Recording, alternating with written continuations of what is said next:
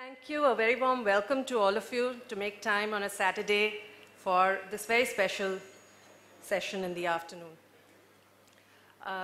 Without much ado, because I think it's a very privileged and it's a very special and it's a very august audience who are also participants, let me invite Mr. Nishith Desai, our founder and managing partner. Nishith bhai, please come over. Thank you.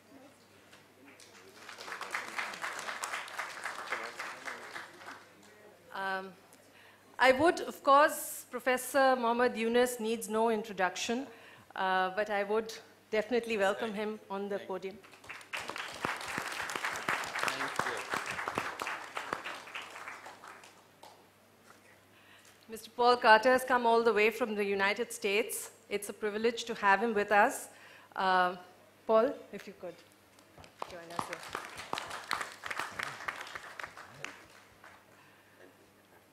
We have with us Mr. Andrew Muirhead from all the way from Scotland, I think, who's here today. Welcome, Andrew. Please have a seat.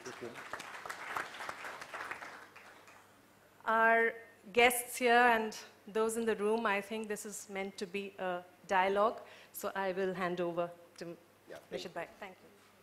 So thank you very much, Nanda. Thank you very much, Professor Yunus, Paul, Andrew. I think this occasion is really speaking, not mine, it's ours, number one. And number two, that today it's not about law and tax and all those boring things, right? It's about just listening to great people, have good time to interact, and enjoy and see what we can do around us. The way in which I look at the format today, all of you have seen, normally what happens, somebody comes and talks, and then you got one question, two questions, three questions. I said that's perhaps not a great way because you don't get enough insight. So what we have thought is after Professor and Paul both speak, we have kept about 2 hours of interaction. It's just not about one-way traffic. Idea is to listen to you all. We have enough time, so you're a bit more relaxed. It's Saturday afternoon. So of course, it started with lunch. There will also be cocktails and little dinner as well.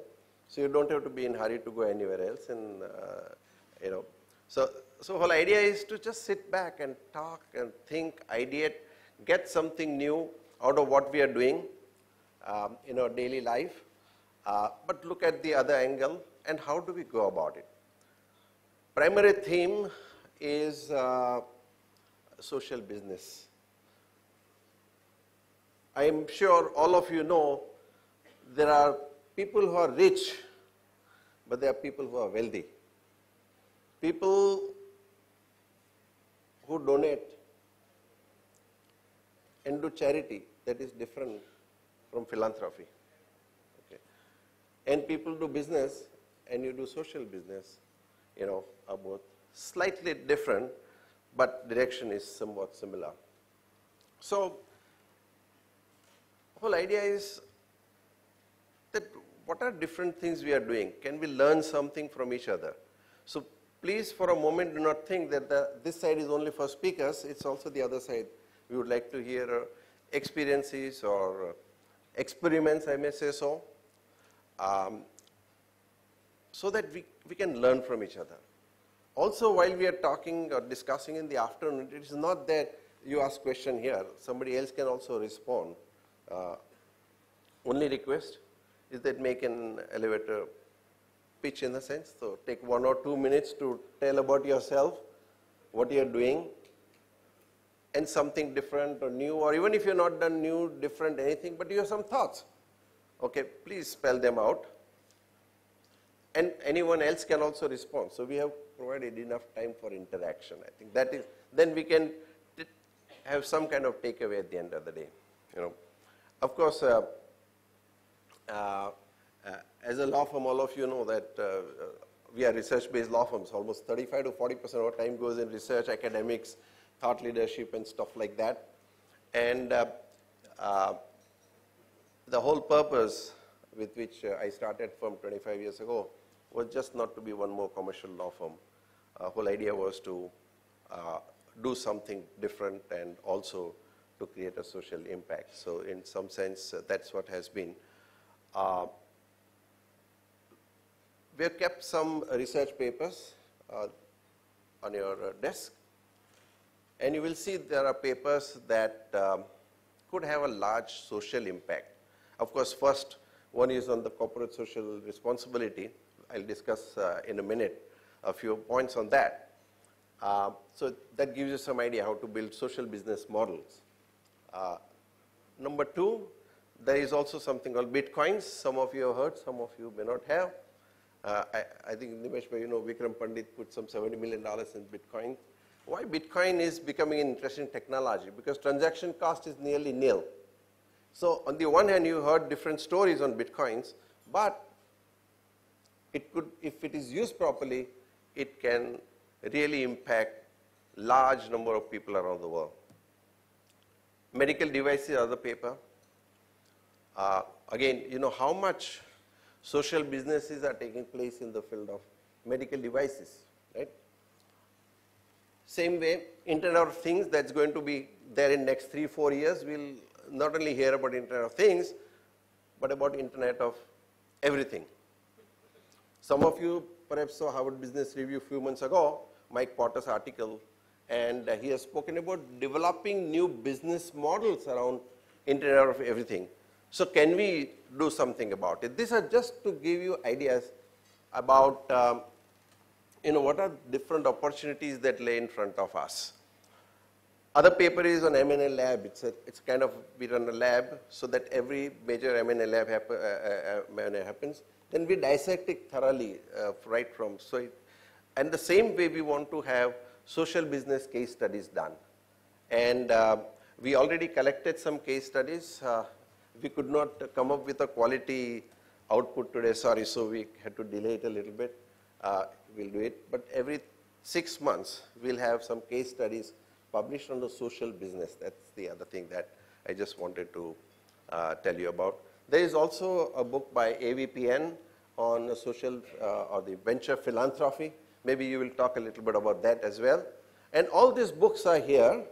Okay, so when you walk out, you don't have to necessarily carry with them. Somebody will hand over a bag of the same thing to you, but it's just for you to look at. So, you know, if you go for a cocktail, you don't want a bag full of papers, you know. You rather have a bottle. You know, so I think, so the way in which we are going to do is, there is, at about 3:15, we'll start our second session. 2:45, we'll end it. 2:45 to about 15-20 minutes small break, bio break or tea break, whatever you want. And we'll start the next session, which is what really will be session from your side. And I would really like all of you to share anything that you have in mind. There's nothing that is stupid in my view, okay? And feel free to ask any question, any comment, anything that you have. I think this is completely, freedom of speech is guaranteed under the constitution of today's conference. So that's what I would also tell you. And I'm very delighted that all of you have come in so many numbers, which I least expected at one point of time when we started this whole thing 6-7 months ago. And but response has been good, and as you could see, that we had to move from Taj Lands End to a bigger venue here, and I'm very happy. Some of you may have found it more convenient to come here, some may have to drive long distance, so thank you to all of you.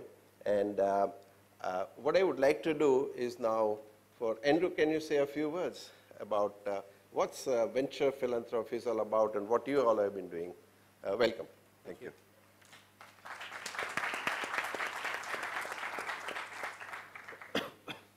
Thank you, Nishith.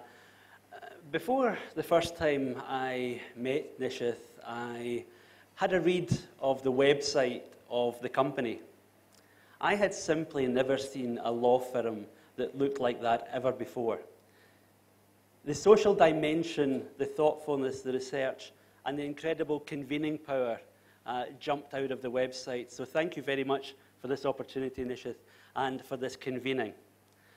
I intend to be very brief. which is good news. I do need to say one thing, though. Whilst I am Scottish, I now live in Singapore. That doesn't make me a Singaporean, but I didn't want you to think I'd come all the way from Scotland. I felt that was slightly disingenuous. But I will be brief. We've got distinguished speakers to follow, and we also have a very distinguished audience, and I think that this is a conversation, and a very important conversation, because for me, philanthropy matters.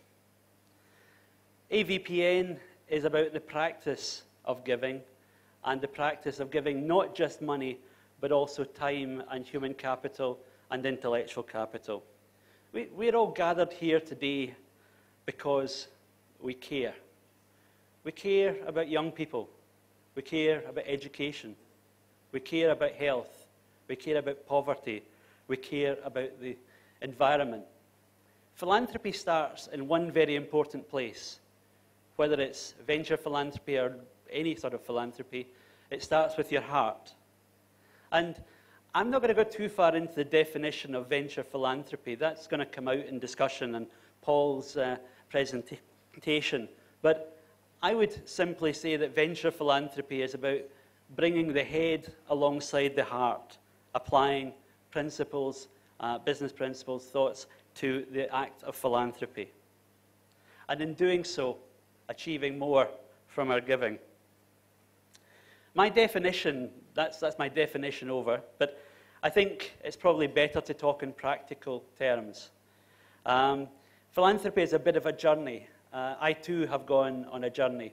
I started life as a banker, which doesn't make me terribly proud, but after around 20 years, it takes me a while to recognize I'm in the wrong place. After around 20 years, I moved into the philanthropic sector. And for a while, I ran a major foundation, which was a foundation giving money away to charities and social enterprises in the UK and internationally. I then took a trip. I took a year out in 2006, I'll say more about that, to look at different models of engaged philanthropy, to try and work out if there was different ways I could do things. When I went back from that trip, I created an organization called Inspiring Scotland, which raised $180 million in 5 years and supported 100 social purpose organizations from charities through to social enterprise. But two things were very important. I wanted to build a collaboration of funding sources, and I also wanted to build a collaboration of NGOs and social enterprises. But why was I doing that? And I think this is very much at the heart of venture philanthropy, that I wanted to try, the collective of funders was about trying to take a longer-term view. I sometimes think that philanthropy and charitable giving takes very short-term views. I wanted to take a 10-year view on key social issues. And by bringing different funders together, I was able to do that. I think that in the way that banks might syndicate risk, it's very difficult for a funder to take a long-term view, and I thought by bringing many together, we could perhaps do that. I also wanted to do more in terms of building the capacity, and in doing so, the sustainability of the social enterprises and NGOs we worked with, and that was very important within the model I created. Third thing, I wanted to develop a clear understanding of what worked and what didn't work in a social context. Because I think that sometimes we're never entirely sure about our philanthropy as to whether it's truly having the impact that we want it to do. I also, fourth thing, I wanted NGOs to be collaborative. I saw a lot of competition, duplication, and overlap, so I wanted to build a model for that. And finally, I wanted to reduce bureaucracy.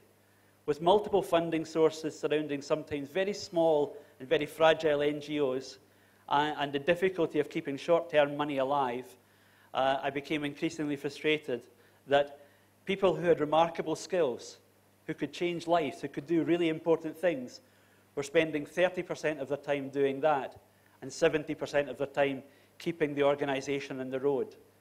Accountability and administration are important, but they were out of sync, and that's what I was aiming to do. So I took a journey in 2006. I spent most of it in Australia, but I spent 2 months in Asia. I spent time in India, in Bangladesh, in Nepal, Sri Lanka. I was just looking for ideas and inspiration. And I'm not saying this because Professor Yunus is here, but my inspiration came, a big part of inspiration was Bangladesh. I walked into a small social enterprise in northern Bangladesh with very challenging circumstances to deal with and lots of issues being faced. This was 2006.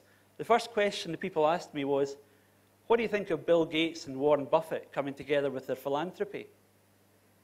And I thought, wow, how do you from here, how do you hear from where you are facing the challenges and the everyday difficulties of running a social project here? How do you manage to lift your eyes? Lift your eyes and look out and look so far. And that made me feel very humble and very small and very, as though I'd achieved nothing in the rest of my life. So genuinely, the inspiration or the drive for what I went on to create came very much from there, from Bangladesh.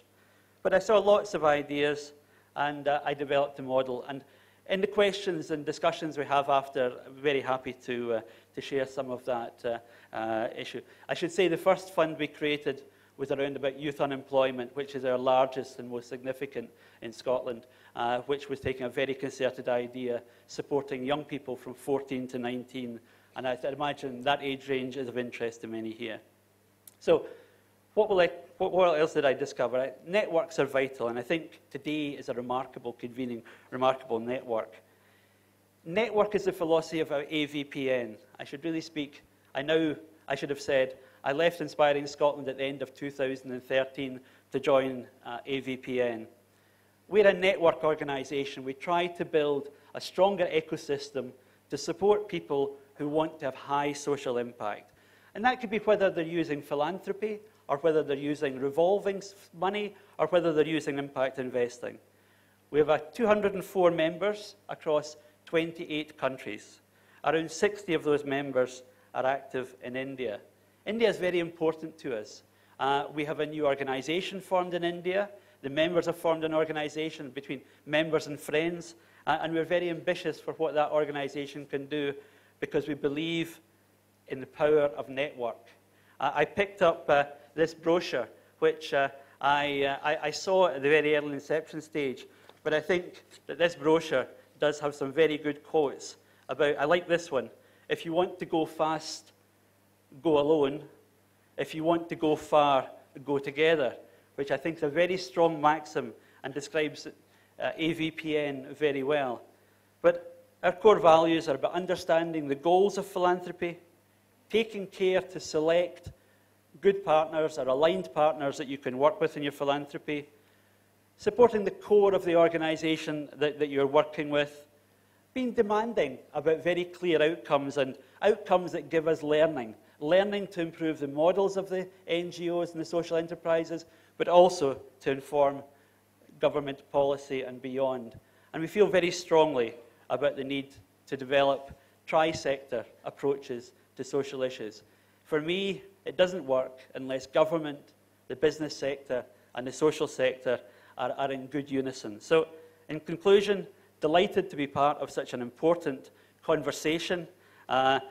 Paul is a very valued friend of AVPN. I look forward to what he has to say, and also clearly to Professor Yunus. And we're very keen to do whatever we can to support the growth of the philanthropic sector in India. Thank you.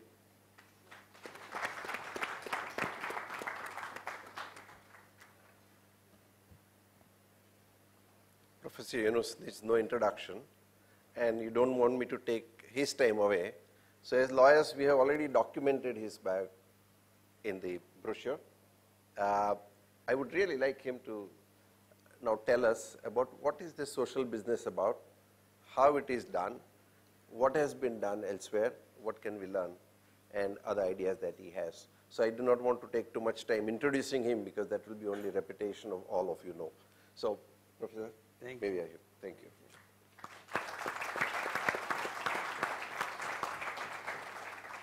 Thank you, Nishith. And thank you for organizing this whole big meeting. It's beyond my expectation when he invited me. So I'll invite some few friends, you can talk to them. This is what it ends up with. And now I know he has. He came to listen even few friends, so, you know, that is his graceful. So his few is big, and his friends are big. So it's very, very impressive. I'm humbled to see this gathering. And first I thought when I talked to Nishith, when I first met him, after I told him the story of how I got into doing this work that I do, I thought he would throw me out of his office. Because I said Grameen Bank is the only bank in the world which is lawyer-free. We have no lawyers in our bank. And there goes his business. And it's based on trust. It's very difficult for people to figure it out. How can you run a bank on trust? You're giving out money, and that money is supposed to come back. The reason it could happen because I had no idea how all these things are done. When you have no idea, you go do all kinds of crazy things, and some of them work out. And this is one of those things which worked out. I started lending money because I thought loan sharking in the village was so bad, the one that was next to the university campus where I was teaching. And people are suffering so much. In many ways, one of them is loan sharking. Seeing that, I felt that it's such a horrible thing to see in a face-to-face, in a close range, what one human being does to another human being in the name of some business relationship. How business, if you call it a business, can be so ugly.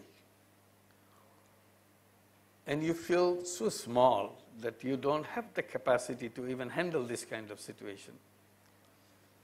Then seeing it over and over again, an idea came to my mind. I can't solve the problem of loan sharking for the whole world, but certainly I could do something for few people in this village. Why don't I lend the money myself? If I lend, people don't have to go to loan shark, they can come to me. And the problem is solved, at least for the person who came to me. So I could solve one person's problem or two persons' problem, why not? So that was the beginning. As soon as I got the idea, I started lending money to the people in that village. And obviously it became very popular. It didn't stop at one or two, because everybody wanted to borrow, because it's a comparison is so big. So it became very popular, and I was feeling very enthusiastic that I could do something with my own money. And in next 3-4 months, I was running out of all my money because everybody wanted to borrow, next village wanted to borrow. So that's when I thought maybe before everything runs out, I should quickly go to the bank to see, tell them that they should lend the money, not me, because I'm not in the money lending business. They are. I'm only a teacher. I'm not supposed to do all this. So I went to the bank and proposed to them what they should do. They fell from the sky, as if that is such a unheard of thing that to lend money to the poor people. So that's when my struggle began with fighting with the bankers. And I don't give up. The more I tell them that you should lend money, I said, the whole concept of bank is to lend money to people. Take deposit and lend money. That's their business. You created this institution in such a funny way. You lend money to people who already have lots of money. Then you don't lend money to people who don't have money. I said, to me, simple logic says you should have been doing the other way. You should be lending money to people who don't have money. They laughed at me. How innocent this guy, he doesn't even understand what banking is. So it went on, and I was not giving up. I was making all kinds of nasty remarks about the banking and so on. But that didn't help. So finally, I gave them a proposition. I said, why don't you accept me as a guarantor? I become your guarantor. Sign every piece of paper you gave. The lawyers made them for them. I don't have to read them. Nobody reads those papers anyway. So I said, you give them and I'll sign it, and you give the money. So it took another 3 months to persuade them on that one. Finally, after about 8 months, they agreed to do that, just to get rid of me, because I was getting such a nuisance for them, talking against them everywhere. Then I was very happy that it worked, and I'm merrily signing every single piece of paper and giving money to people in the village, and trying to come up with a way how to get the money back so that I can satisfy the bank's requirement. Otherwise, they will stop the whole thing. I was surprised. Everybody was paying back every penny. We had no problem whatsoever, despite the fact everybody said it will collapse, only you are creating trouble for you, you have to pay back all this money. I said, until it stops, I will continue, see how far I can go. And I continued, but the bank started backstepping. They saw it's getting big, and they thought, that's not the kind of thing can survive, it will collapse any day. So then I thought, if they are going to withdraw from it, why don't I create my own bank? So that's when creation of a new bank came to my mind, and it's a long story. Finally, we got the bank done. It started in 1976, became a bank in 1983. And so happy that finally we create a bank to lend money to poor people. So we started doing that, and gradually grew and became a big bank. Now it's a nationwide bank for a long time. We have over 2,600 branches all over the country. Right now, 8.5 million borrowers, and 97% women. So these are kind of things that happened along the side. We focused on women. That's another long story why we got into that. And so happy that it works for them. And we encourage the children to go to school, because the mothers who are in Grameen Bank, totally illiterate, cannot read, cannot write. But we will not let them put their thumbprint for anything. We said, you will make sure that you can sign your name. That became another big thing for us, to let everybody to sign their name. They learned it in a very hard way, not as an alphabet, they learned it as a picture. This is how my name is written. And when finally she does it, she gets so surprised that somebody said, you are Saleha. How did you know I'm Saleha? Because she wrote something, it meant something to who never knew her name. It puzzled her that something she scribbled on the mud or dust or a piece of paper, somebody could say Saleha. For the first time she realized she has a name, because in villages people forget their names. Because as soon as you are married off, as long as you are a daughter, you are somebody's daughter. She's his daughter, her daughter. When you're grown up, married off, he says, you're such and such's wife. When some children are born, somebody's mother. So you have no name for yourself. You even forget that you had a name. So having this thing is a kind of surprising identity for her to make that happen. And continued. And one of the things we insisted that they should have savings every week, little savings in the bank. So we give out loan last year, 2014, more than $1.5 billion. And the total saving of all the borrowers together last year exceeded the loan that we gave out to them. So their total saving balance is more than $1.5 billion. And now on it will continue to grow bigger than their loan that they take from us. I said, what a change. Within 40 years, they came to a stage, now the table is turned. They are not the borrowers anymore in a real sense. They are the real lenders to the bank, and bank is the real net borrower from them. It's all with their own money. And we created a bank so that it's all run by its own money, not going to some donor or some government facility or another bank to give them money. So we always try to make sure it runs with its own money. Not only Grameen Bank runs with its own money, there are more than 2,600 branches. Every branch should run with its own money, so that there is no inter-branch lending. So you have to sustain yourself with your own money. And that's what it runs with. So it's replicating it, enlarging it was no problem. People say, if you can't go to the capital market, where are you going to get the money? I said, we never had that idea of going to capital market. We had so much money for ourselves just being there in the village. It's not a city. Remember, we called it Grameen Bank, village bank. And our law specified that it will work only in the village. Even after 40 years, we have not a single branch in any town, any city in Bangladesh. So you're all in the villages, in the remote villages. Every single village we operate. So that's how it grew, that's self-reliance. And we make them the owner of the bank. They are the owner of the bank. So the bank makes profit, profit goes back to them. That's how the whole system worked out. So we gave education loan to the children because everybody went to school, went to higher education. We gave the education loan, they go out and do their thing. Along the way, we saw many other problems with them. And we tried to address them in some way because you cannot walk away from the problem the poor people face. So every time I see a problem, I try to create a business to solve it. And it became a habit with me.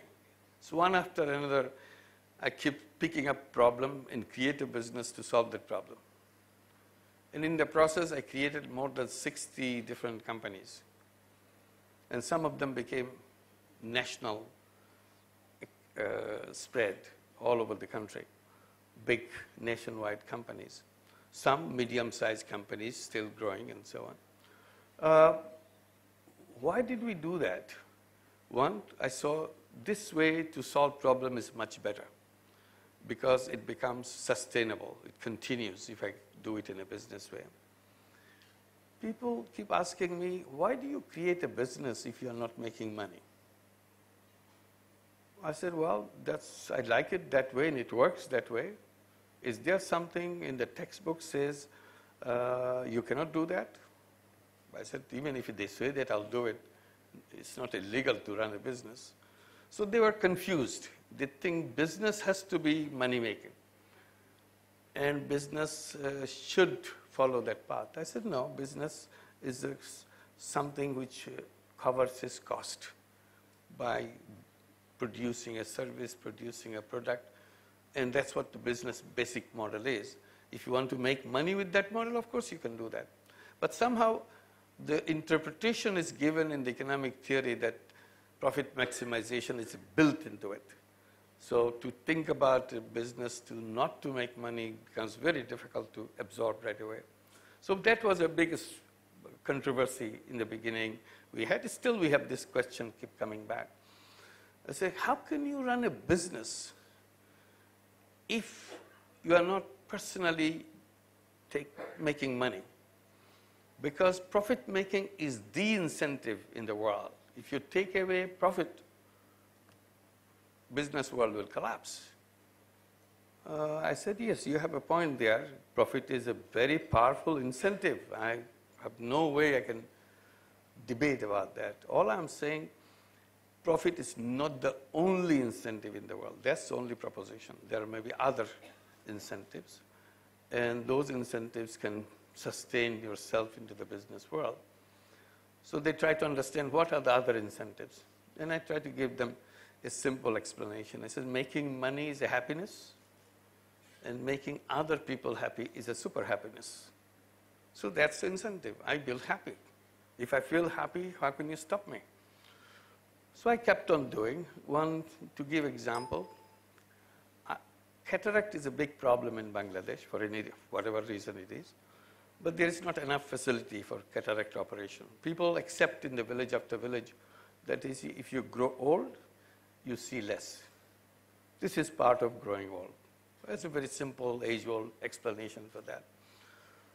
And we saw that people are just not used to having a cure for that. So, and whatever facility we have, whatever people want to have that eye care done, they have to come to the capital city, Dhaka. And when the village person comes to city to do the cataract operation, and any operation, any physical problem they have, they bring their whole family, because family doesn't want to let somebody go to city by alone when you're doing the medical treatment. So it becomes very expensive. The only people who can afford it can come. So we thought, why don't we create an eye care hospital in the village and run it as a social business? It has to cover its own cost. Everybody said it's very difficult to do that. It's very expensive, and it cannot be covered in the village. I said, I'll try. No harm trying.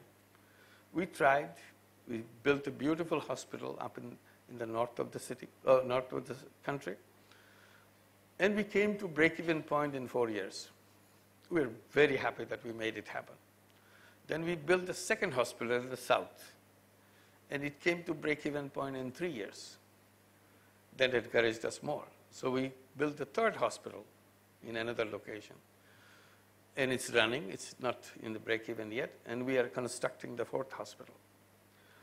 We defined this business where we don't want to make money by calling them social business and defining them by saying non-dividend company to solve human problems. An investor can take back the investment money, nothing more than that. The rest of the profit will always be plowed back into it. And now all this, when you come to the break-even point, you start paying back the investor. So investor is getting money, investor are us. And the second hospitals were returning the money, third hospital returning the money. You have enough money to build the fifth hospital with the same money coming back. And if you have 5 hospitals, and if 3 of them, 4 of them returning money, you get the 6th hospital and 7th hospital. So you can have a whole chain of hospitals with the same money that you put in, reusing it again and again.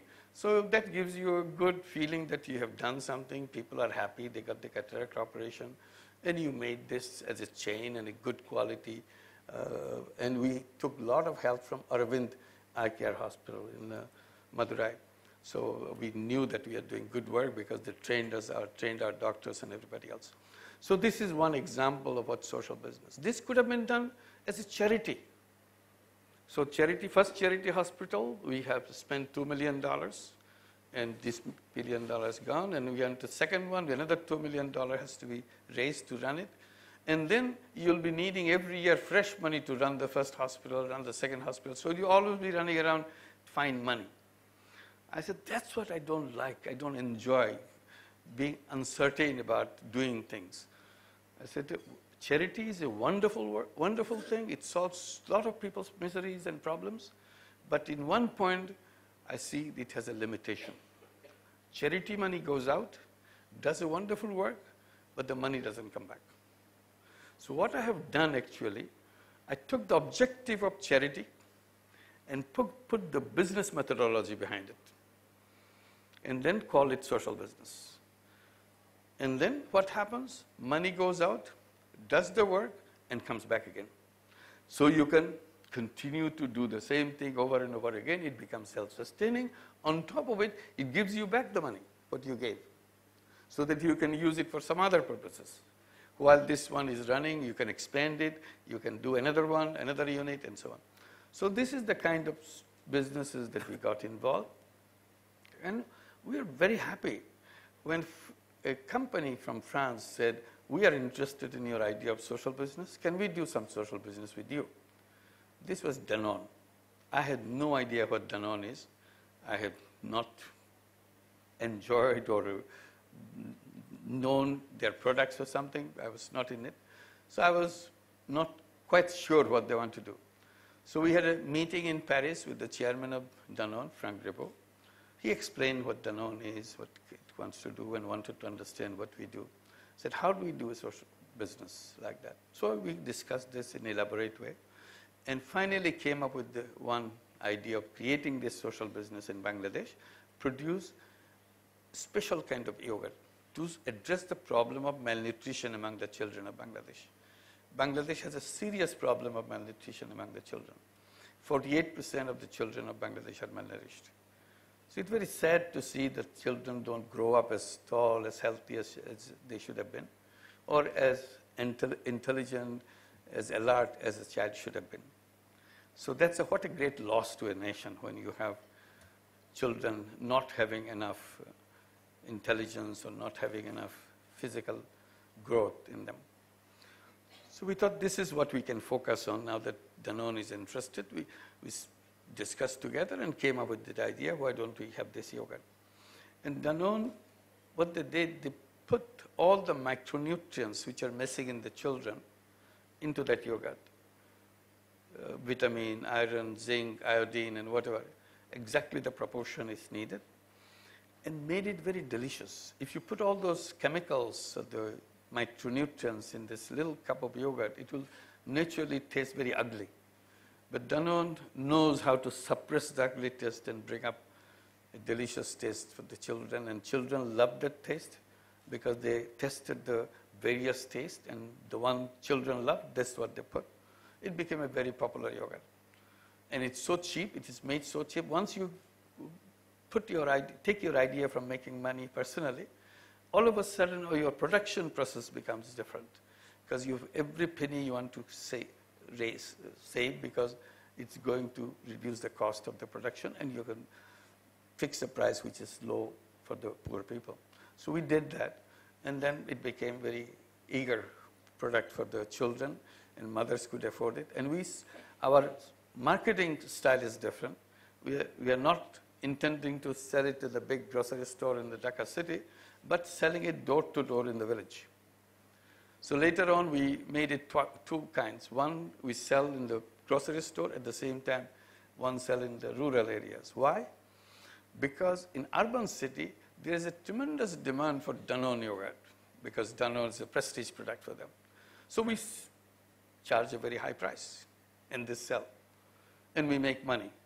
What we do, we cross-subsidize it to the people in the rural areas, make it cheaper, because lower than cost, because we are making money on the urban product.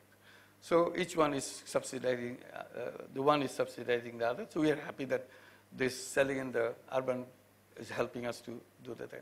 So this is the first example of joint venture. Once we did that, many other companies became interested to do joint venture with us. That was not what we thought. I said, we'll do it because we know how to. Now, attention is coming from big companies. Veolia became very interested, water company. We have gone through lots of tussle. I was reluctant to even talk to them about social business because I thought they probably don't understand it. They want to make money just using us. But after a lot of discussion, they made it very clear that they have very good understanding. They don't want to make money. So I challenged them that if you can sell water in the village and bring the cost of production so that you can sell it by less than 1 taka per 10 liter, then we'll talk to you. Otherwise, there's no reason why we should talk to you. They worked very hard to make sure. Then they came back and said, yes, we can do that. Then we shook hands and said, let's do that. So we have a joint venture to produce clean water in the village and bring it to the doorstep of the villagers. Villagers are not used to buying water. They thought something free. So it was very difficult even to charge $1, 1 taka for 10 liters of water. But now they get used to it because the option is arsenic, because our water is arsenic contaminated, very high level of arsenic. So people understand that arsenic is a big problem, so we do that. So similarly, we have now joint venture with Uniqlo of Japan. We have joint venture with BSF of Germany. One joint venture we have is in Colombia. This idea had spread in other countries, and we created an organization called Yunus Social Business, which started working in various countries in Colombia, Brazil, Haiti, Albania, Uganda, Tunisia, and India. And Yunus Social Business has a representative here, Arti. Can you stand up? If you were during the period, you can break, you can talk to her. She will tell you what she's trying to do. Trying to do the similar thing, find joint venture partners who would like to do tiny little joint venture somewhere, etc. So in Colombia, what we are doing, we have a joint venture with McCain. McCain is a French fry company, if you remember, one of the largest company, the largest, not one, the largest company in French fries. It produces, supplies 80% of the French fries in the whole world, one company. They were very eager to have joint venture with us as a social business. So we said, okay, why don't we do it in Colombia? Because Colombian coffee disappeared from the market. Because Asian coffee took over the market, the top prime coffee market. So the coffee growers, they are sitting idle, have nothing for ages, for years and years now. Everybody is very upset that they have no work to do, and it's causing a lot of political problem. So they invited me to see if I have any idea. So I talked to McCain. I said, why don't we create a joint venture to produce potato by the same people who are growing coffee? And it became a very successful company. Now we have it called Campo Vivo. Now it's a joint venture between us. And we take the farm workers. Actually, coffee growers are workers. They used to work for big companies. Big companies moved away. They had no problem. But they are local people. They are left alone. So we are turning the farm workers into farmers, providing them land, and say, you cultivate it. Campo Vivo provides them the seed, provides them technology, provides them fertilizer, everything. They don't have to pay anything in cash. Just share the crop, so that you provide everything and you sell the crop to anybody you like. But Campo Vivo will be also in the market to buy your product at the highest international price possible. So this was last year. November was our first harvest. The yield was almost twice as much as the local national average of Colombia. It's a very big price. And also they got the international price. They were very happy with it. So these are the kind of things. How do you find joint ventures and so on to do that? How do you create an opportunity to do that? One other idea that got into the picture, and it became stronger and stronger, we talk with the young people of Grameen families.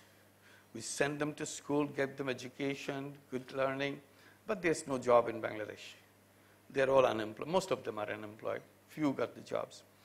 They're very frustrated after the educated, unemployed section that we have. Then they kept complaining to me. I kept saying, well, maybe you'll have something, but nothing came. Then I changed my way of talking to them. I said, who told you to have jobs? Is it in their textbook that they said that you have to have job? Is it your teacher who told you to have job? Who is spreading this rumor about jobs? I said, job is an old-fashioned idea. You shouldn't even bother about jobs. You are children, young people of this age, of 21st century. These are century-old ideas of getting jobs. And you tell every day to yourself, we are not job seekers, we are job givers. And act like a job giver, think like a job giver, and be a job giver. In the beginning, they were puzzled. They don't know what to do. Some say, we don't know what to do. Then I said, what do you mean you don't know? You remember your mother joined Grameen Bank 20 years back, 15 years back, 25 years back? She didn't know anything. She was scared to death to even to say, I can borrow some money. And then finally she was encouraged by seeing other women doing it. She joined Grameen Bank, took a loan of $30 to start raising chicken. That's what they did. And then she grew and grew and grew over the last 25 years, moved from chicken to egg, chicken to cattle, cattle to farming, many things she has done. So what are you talking about? If your illiterate mother can do all this, what good is your education if you can't do better than your mother?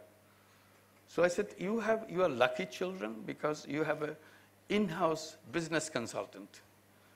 She knows everything about the business. Why don't you pick up her business and make it 20 times big? And that's it. That's your business. Now young people are coming with business ideas one after another every day, every week.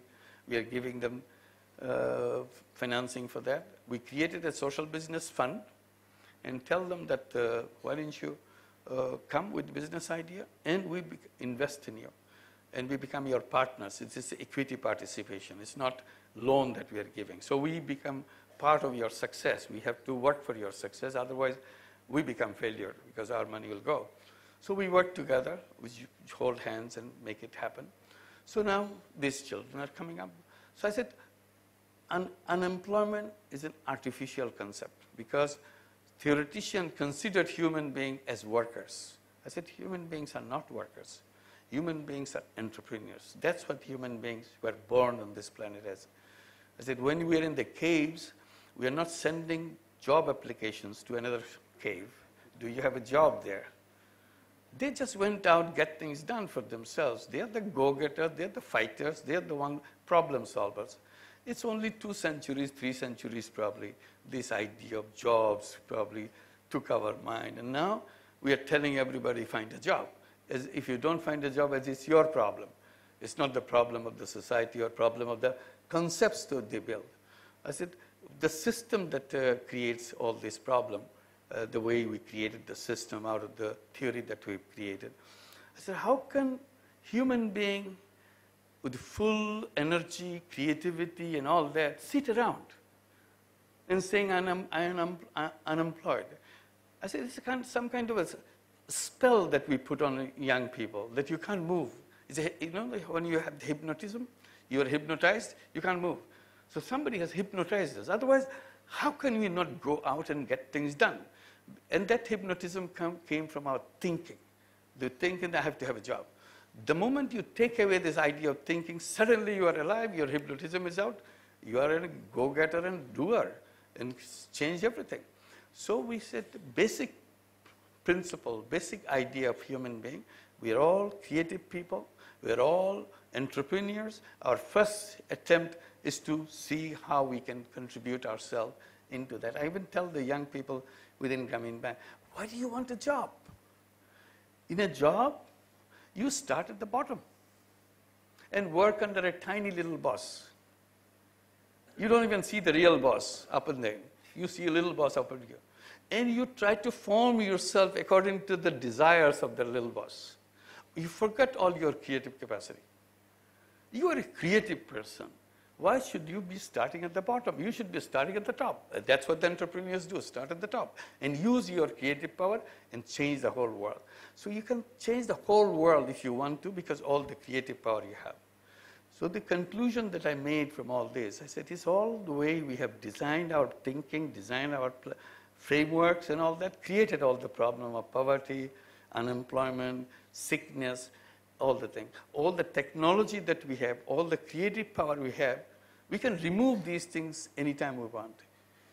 And in that way, social business comes in very handy, because it is a problem-focused business. If all of you who are all in business, imagine you bring your creative power to solve one problem of the country. Take a tiny piece of, you don't have to solve the whole problem. You take just one tiny piece of that country, problem, solve it. For example, unemployment. I said, why don't you create a little social business to create employment for 5 unemployed young people? Just 5. Anybody can do it anytime right away. One business which will absorb 5 young people and be self-sustaining. It will be generating enough income for themselves, at the same time return your money. Then you solve the problem of 5 young people. And if you repeat this, and everybody repeats it, the whole unemployment issue disappeared. Just employing them. I'm not telling them the entrepreneur. If you take the entrepreneur route, not only it will create their own employment, this will be solving the employment problem of everybody else. Because they will be, all of them will be growing, and all of them will be sucking in more unemployed people into the system, and it will be done. It's all question of our mind. If we change our mind, we change the world. And we need to imagine things. And in my imagination, I said we can create a world without poverty. There's no reason why anybody should be poor. So we can create that kind of world. We can create a world without net zero emission. It's possible in our hand. It's all a question of desire, making it happen. We can create a world without unemployment, zero unemployment. Nobody will be unemployed. And people will say, in that world, people will say, you know, they used to have unemployment before. Then kids will be asking, what is unemployment? Oh, they don't have any work. What do you mean they don't have any work? Were they sick? No, they were not sick. They were healthy. Then why were they sitting around? It would not make any sense to those people. That's the kind of world we can get to if we put our mind into that direction. Thank you very much.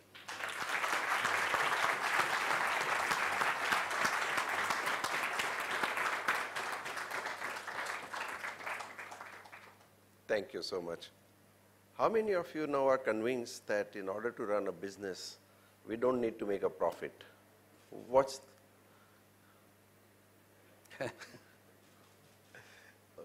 I think today it has become very fashionable not to make profit, you know.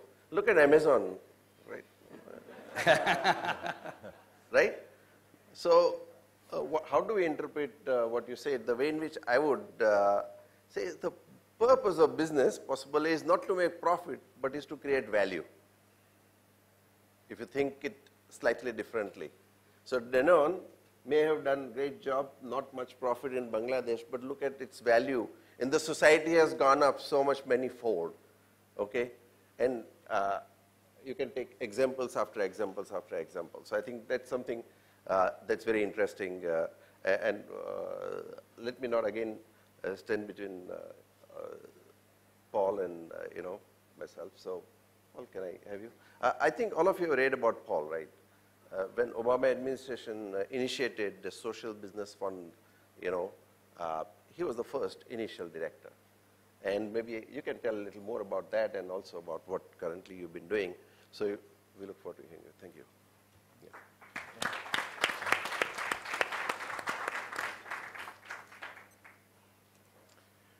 Thank you, Nishith.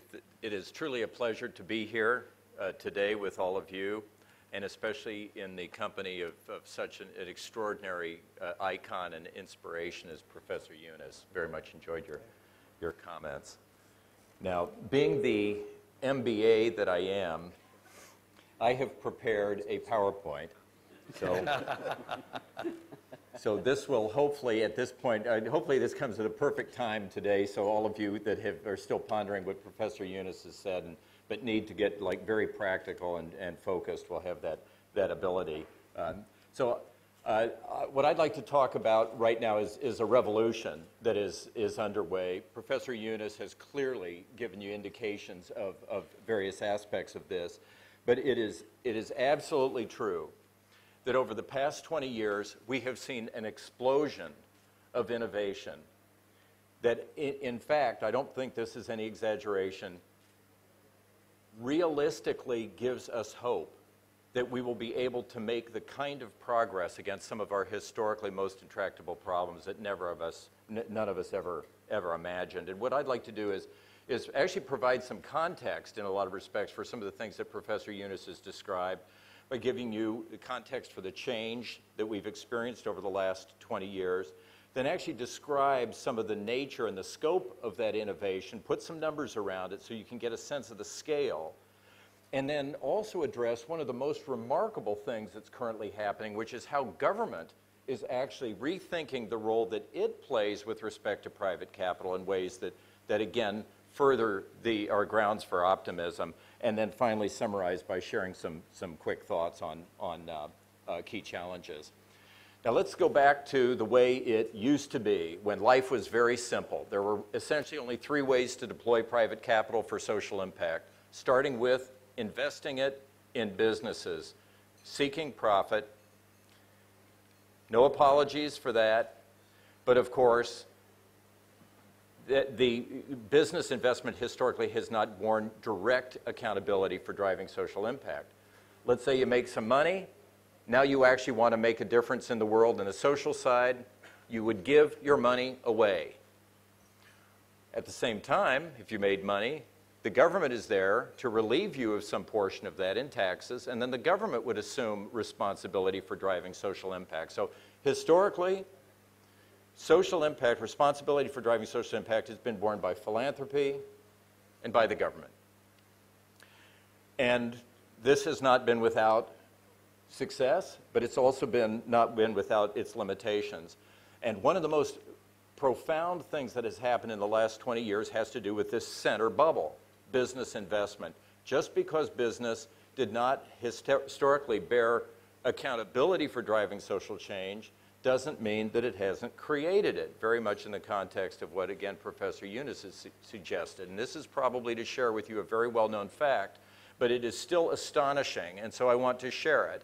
And that if any of us had any doubt about the ability of business investment to impact people's lives in a very positive way, I would only refer you to the experience of the UN Millennium Development Goals, which were set in 2000 with the goal of achieving these in 2015. Goal number 1 was reduce extreme poverty globally by half.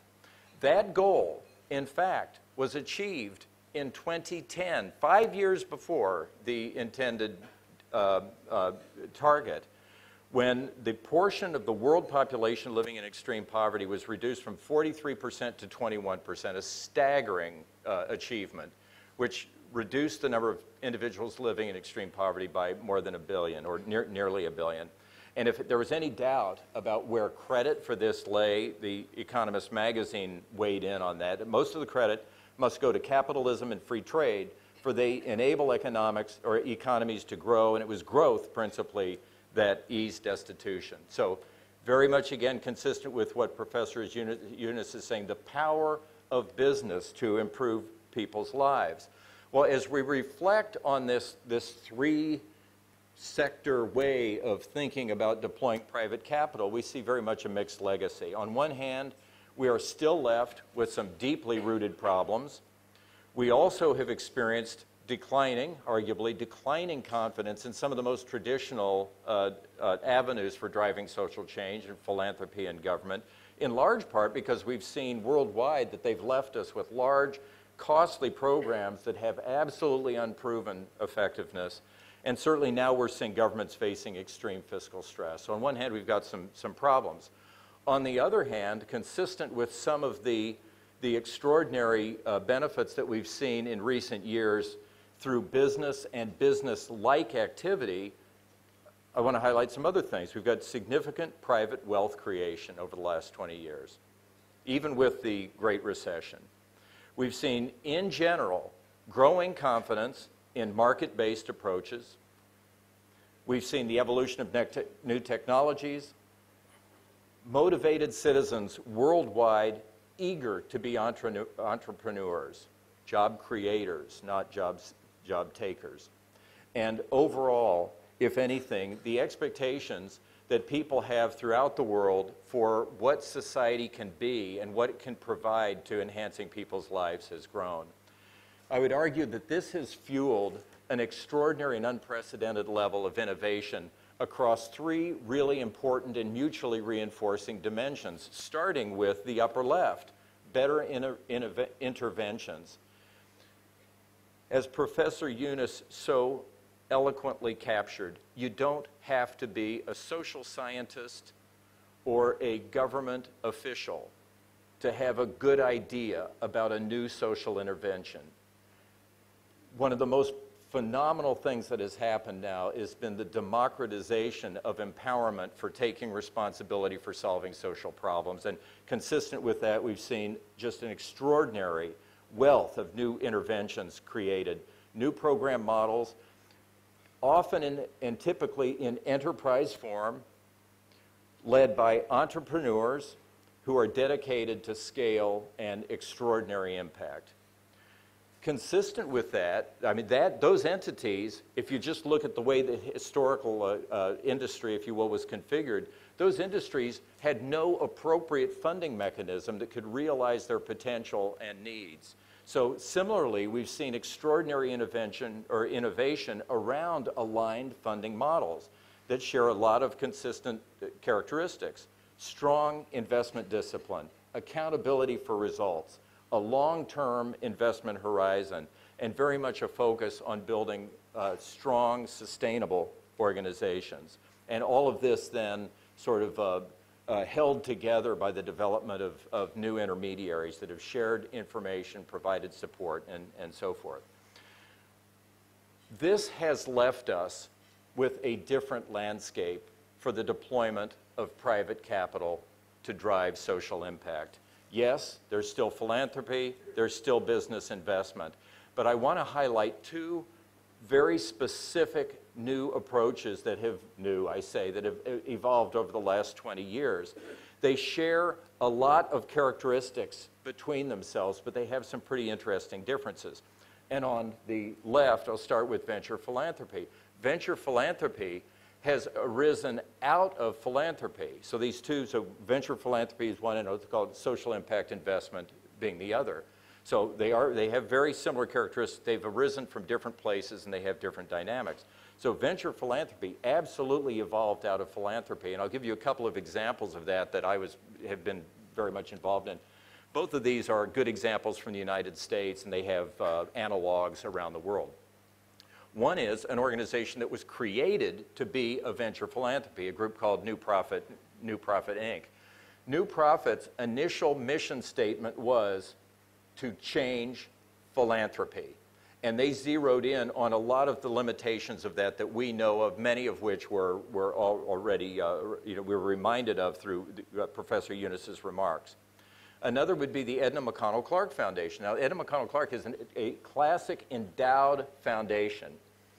But in 1999, the CEO of Edna McConnell Clark Foundation decided, a gentleman named Mike Balin, he decided that the foundation could not prove, after hundreds of millions of dollars of expenditures, they could not prove that they had made a difference.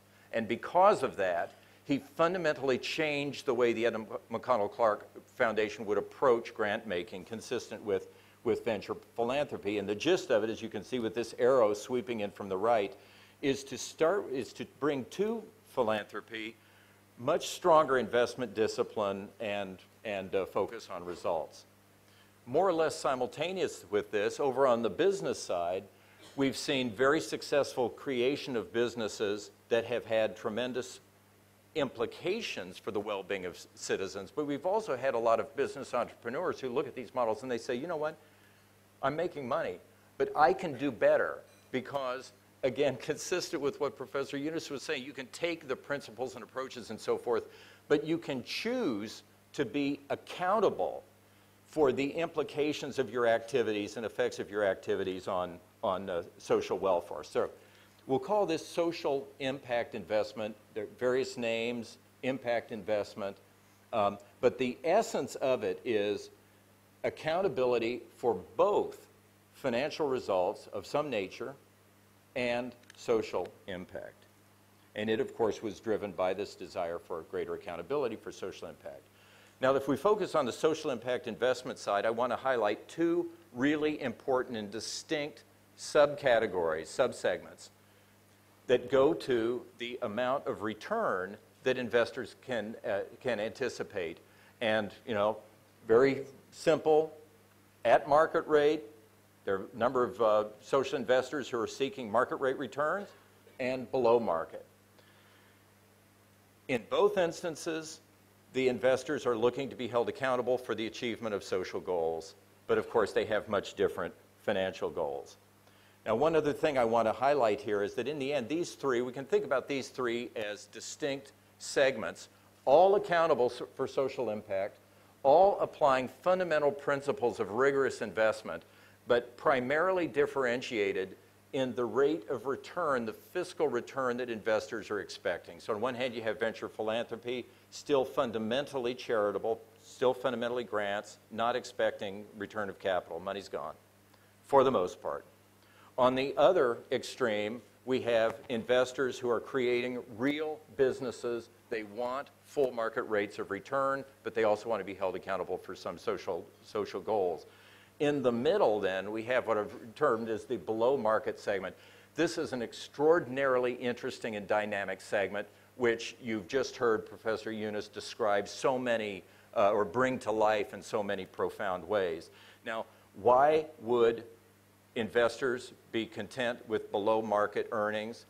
Two reasons. One would be because they are ready to absorb risks that are out of proportion to what regular financial investors would tolerate.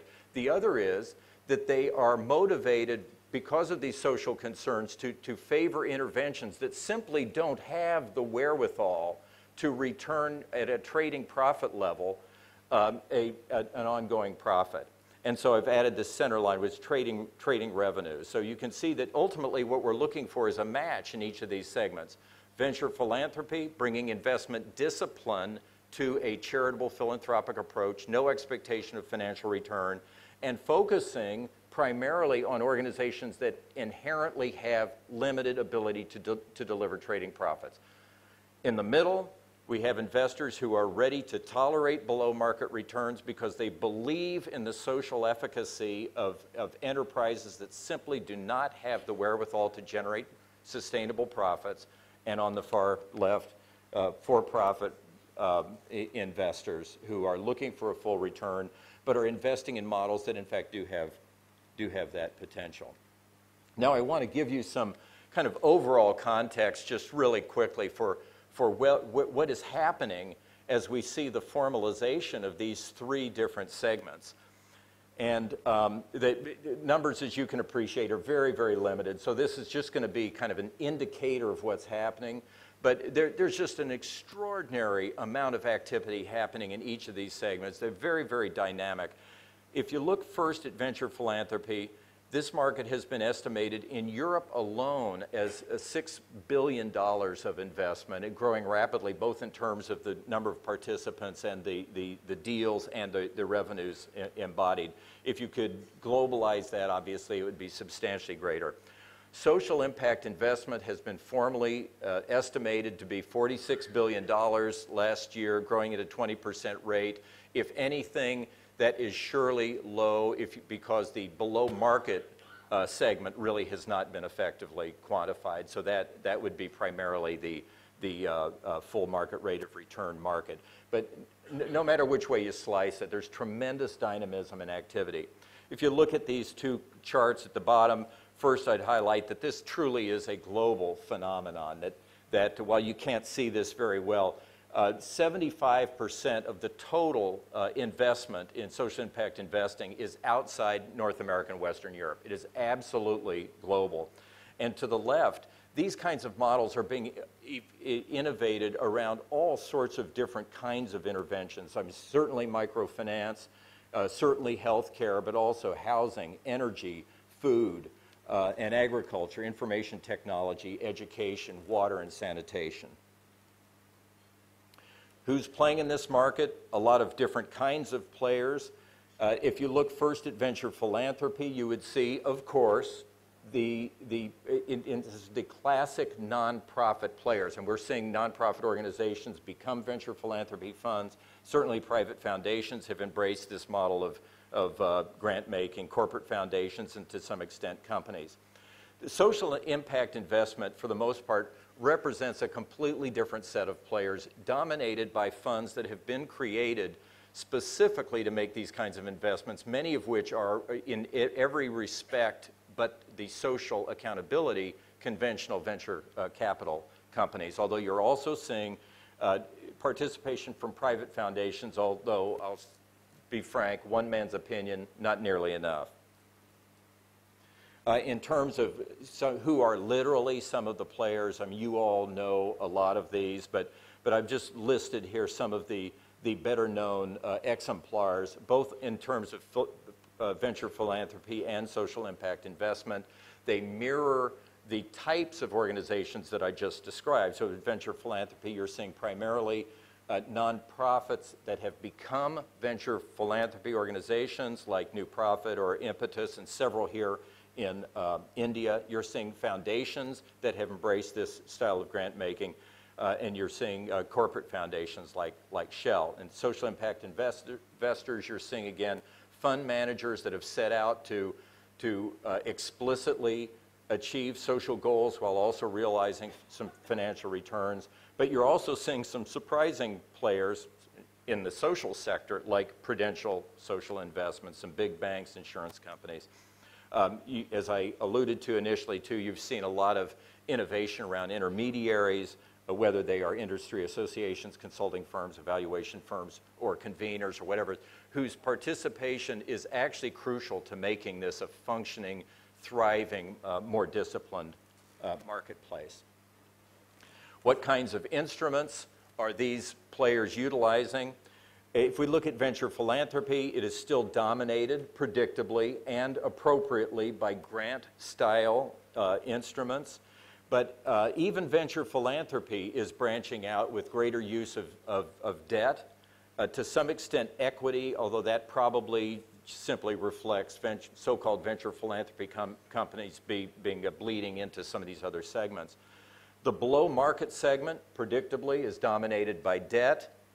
The market rate segment, predictably a combination of debt with public and private equity. So what's this all about? So in the end, where is this money going? Why are people excited about it? Why can we look at this phenomenon and believe that in it we have the potential for a true revolution in our ability to get the upper hand on some of these social problems? Well, look at these organizations.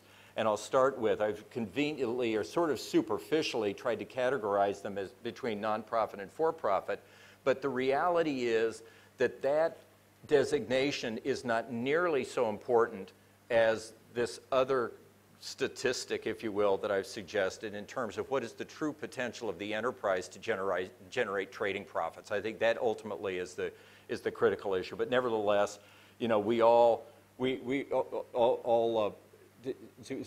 some extent, we bow in the presence of Professor Yunus and what he's accomplished through Grameen Bank, not only in revolutionizing microfinance, but in providing a compelling example for innovation against so many other problems.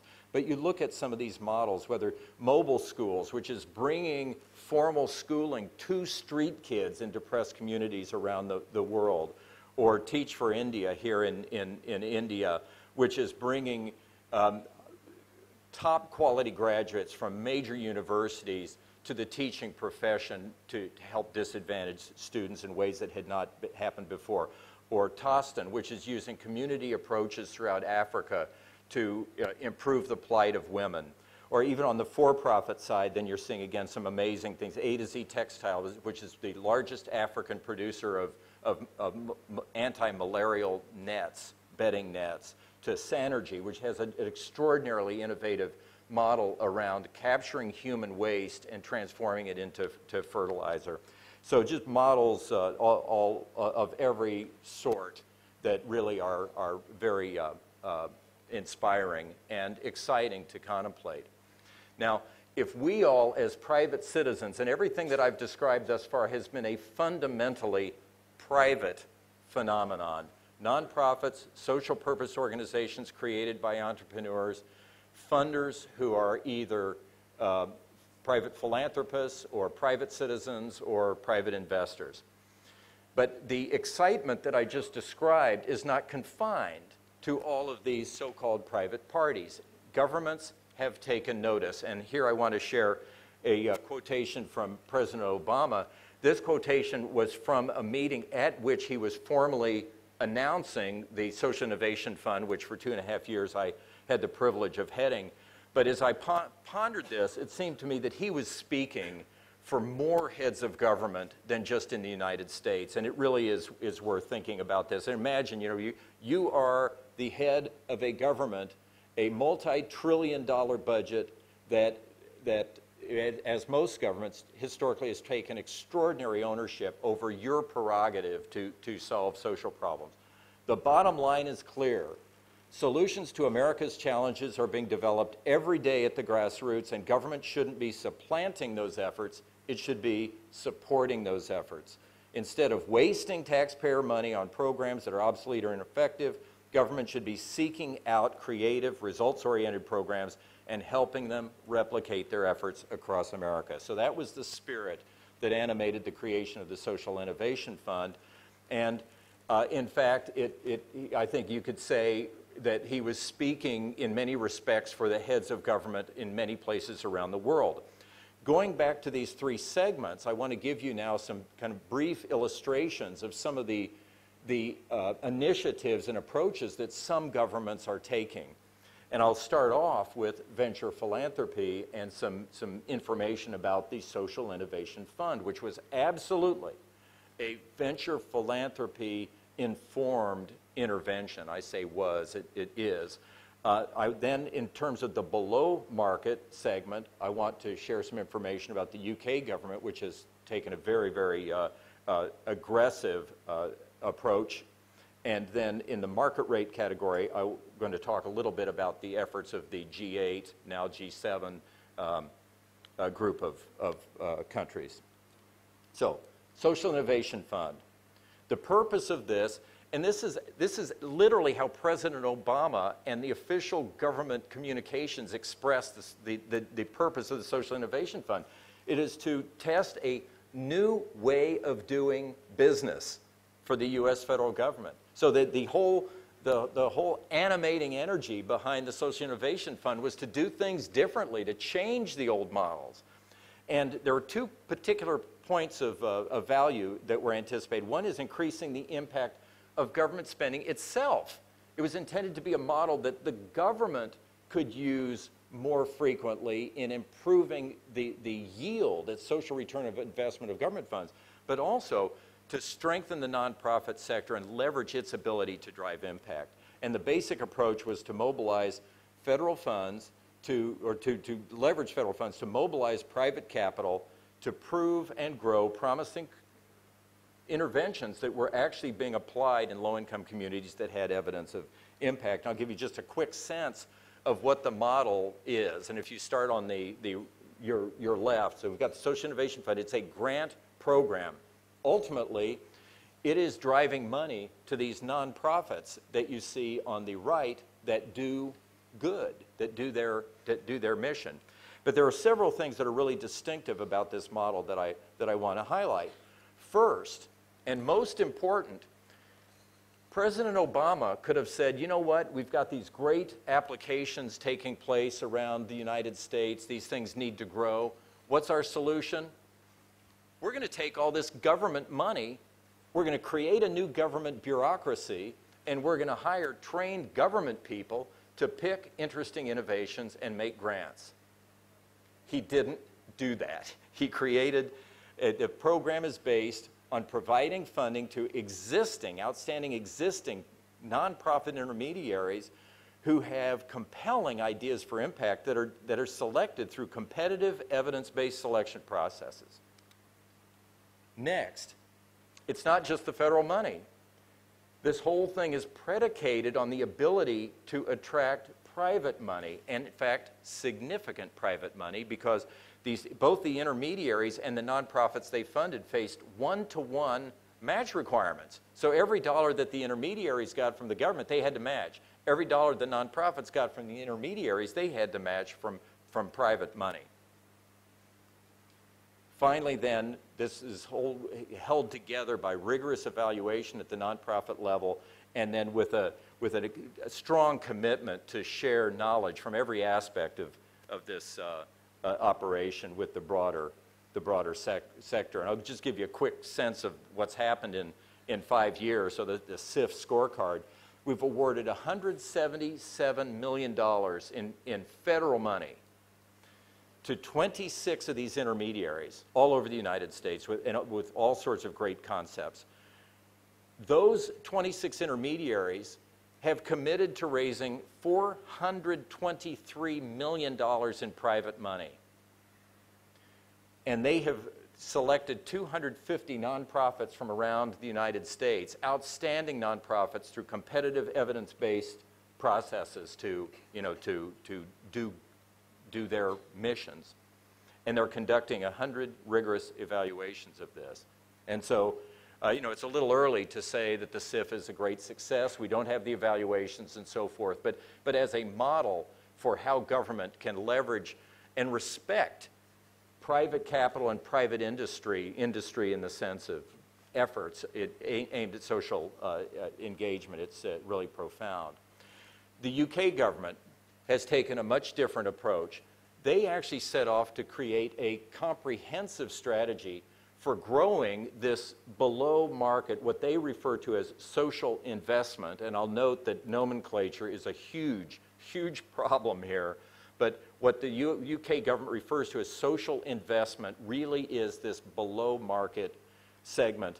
And with a three-pronged approach aimed at increasing the supply of social capital, improving the environment for its deployment, and increasing demand for it. And I'm not going to go through these, but there's a very, very well thought out set of activities that's time-phased. It starts with creating certain funds like Big Society Capital, which has £600 million commitment of money that would be then pushed into these entities, matched by private funds, to other, other initiatives. And they have the discipline to provide annual report cards about how all of this is doing. But again, it's all aimed at supporting and leveraging the private efforts that we've alluded to. Finally, just give you a sense of what happened at the G8 level. The G8, under the leadership of David Cameron, has embraced again the philosophy of how government, rather than suppressing, to use President Obama's word, suppressing private innovation, can support private innovation. And so they took on a commitment of enlisting the efforts of all of the member governments to identify things that their governments could do to build this market. And these were all wrapped up, there were task forces in all of these countries, and they all were wrapped up into some of these recommendations. And you can see some of them. So setting and tracking measurable impact objectives, clarifying fiduciary responsibilities. And one of the big obstacles, as many of you may know, that institutions like foundations or pension plans have to engaging in some of these market-based solutions is actually the standards of fiduciary responsibility that trustees have, that oftentimes will prohibit them from considering anything that has excessive risk. And so, you can't have good social investment if the investors are precluded from considering things like social impact. I want to, so other things that you can see, exploring tax incentives. What's noteworthy about this is that for the most part, these recommendations, again, were all about how government can leverage these private attempts. It was not, let's increase government outlays, build government bureaucracy so that the government can decide which interventions are interesting and how to scale them. It's not that. So philosophically, again, this is just really extraordinary. Now, I'm no expert on what's happening in India, but I want to acknowledge, again, the very conspicuous initiative represented by Section 135 of the Companies Act. And you all know what it is. All I'll do is just share a couple of thoughts on it, that it does seem to be very consistent in spirit with what so many of these other governments are trying to do, and to use the latitude and the ability that they've got to leverage and deploy private capital toward many of these private efforts. It also seems just very clear that it really is a real opportunity for Indian companies who take, if you choose to take the right attitude and right frame of mind, to leverage the human and financial resources represented by the extraordinary assets and capabilities of these companies to proactively drive significant social impact. And it's not that you need a reminder, but you in India are critical parties to this revolution. Key challenges looking forward. I thought it might be useful to thinking of you as investors, just to highlight some things to keep in mind. All of these are probably predictable and self-evident, but the first, and a couple I want to highlight, the first and most important is determining the nature and the magnitude of impact that you and your companies actually aspire to create. If you have not gotten your arms around that question, then you haven't created a platform for success. You've got to do that. You've got to determine which segment you want to play in. I also want to highlight the challenge of finding investment-worthy or investment-ready enterprises, and a particular shout-out, if you will, to the challenge of being brutally realistic as you make these decisions about what the potential enterprise economics actually are. However enamored we are of the idea of applying business principles to social impact, wishing cannot make a social enterprise with limited ability to generate trade revenues into an attractive for-profit investment. Wishing can't make it so. There are realities out there, and you have to take account of that. Ascertaining and measuring impact, of course, is huge. Judging success if you fall short on one dimension or the other, and understanding where that leaves you as someone truly committed to both dimensions. And then last but hardly least, as the you know, private consultant, et cetera, who went into the government, coping with the implications of the engagement of government in these. There's a lot of good that government's participation can create, but everything comes with strings, and understanding those can help you. So just in conclusion, I want to reinforce again what a privilege it is to be with all of you today, and in the company of such icons as we have here with Mr. Nishith Desai and Professor Yunus, and Andrew for that matter. And I want to, then again, just finally, just reinforce just the extraordinary potential all of us face if we can take advantage of these circumstances and the resources that we have to drive great and sustainable good. Thank you very much.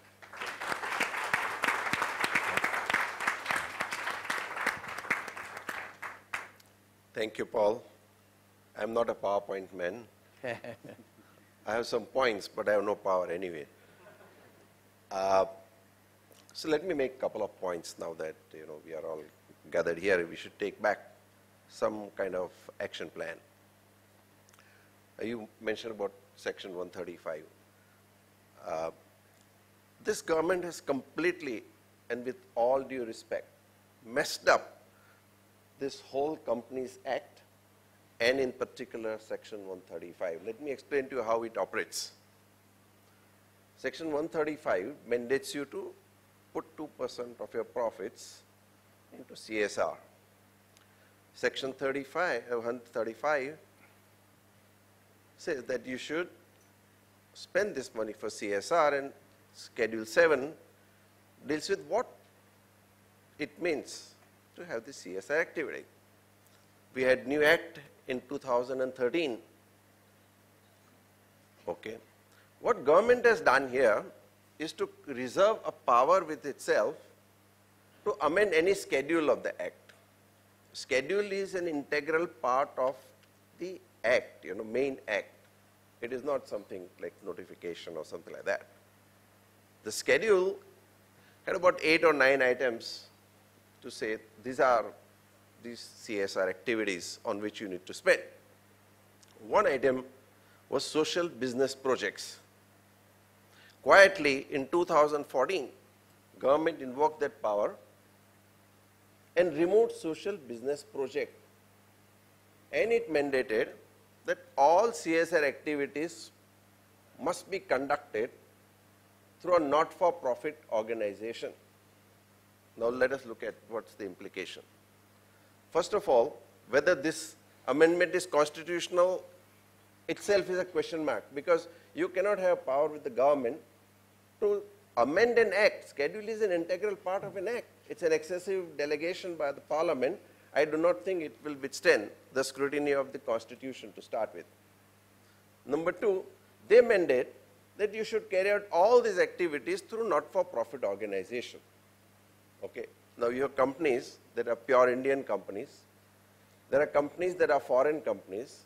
And there are companies which are subsidiaries of foreign companies owning, let's say, more than 50% from the foreign parent companies. Now, if you want to contribute anything to not-for-profit organization, you need to go through FCRA, what is called Foreign Contribution Regulation Act. And if some of you have tried to get FCRA, Homeland Security, what we call Home Ministry here, okay, it takes several years, and sometimes you don't easily get it at all. Okay, it is very unfortunate. Now, you on the one hand mandate a company to contribute to a not-for-profit, and other law actually impedes from any contribution. So you come to some zero. Now you got 2%, lying in your office. What do you do with that? So this kind of anomalies have been created. So I would suggest an action point that all of us, if you agree with me at all, no compulsion, it's a freedom area, we can do one petition to government to reintroduce. And this is an amendment. Parliament had passed a law. After that, you change without even much information to the public. This is completely ridiculous, number one. Second, I think, so let us make a kind of a petition, and if you all agree, maybe I'll circulate something, and if you like it, you sign it, otherwise you can throw it away. Number two, even on Companies Act, personally I feel that I do not think this will last for more than 10 or 15 years. Because what had happened, this law was brought in without constituting any law commission or otherwise. So it has been drafted in a very convoluted manner, and so much of confusion is going on in the administration. So every third day a new notification, new circular, new clarification, or ambiguities being created. So I think that is second point, but that's a larger issue. What ideally we should have done, we started off extremely well with J.J. Irani Commission. I think it was brilliant. We all participated in that. But somewhere along the line it derailed, and the drafting has gone from bad to worst. What we should have simply done, is to borrow, if not borrow, buy, or I don't want to call steal, UK law, a modern English companies law, or Delaware law. Change whatever you want to change a little bit, and quickly bring in the latest law. What is the advantage of doing that? You don't reinvent the wheel, but you get huge amount of judicial wisdom that has been created overseas in terms of interpretation of law and other kind of stuff. Now we have drafted in or crafted this law in our own way, so there is no precedent available. And therefore this is going to create a lot of problem. Other interesting thing that's happening in India is that all civil laws are being converted into criminal laws. And the moment you violate something, the imprisonment is not now 3 months and 6 months or 5 months or 1 day or something like that, which used to be there. Now it is 5 years, 10 years, 15 years, I don't know where it will stop.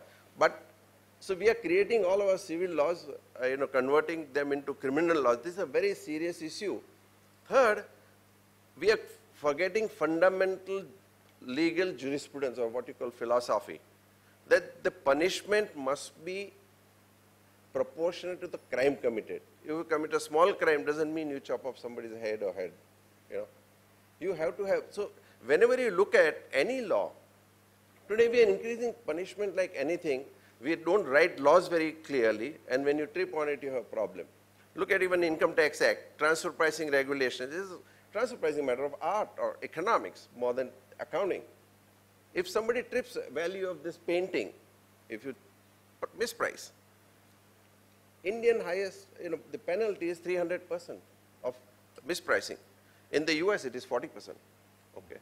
So what we do is to play with some kind of game whereby you increase punishment doesn't mean it's going to reform the society.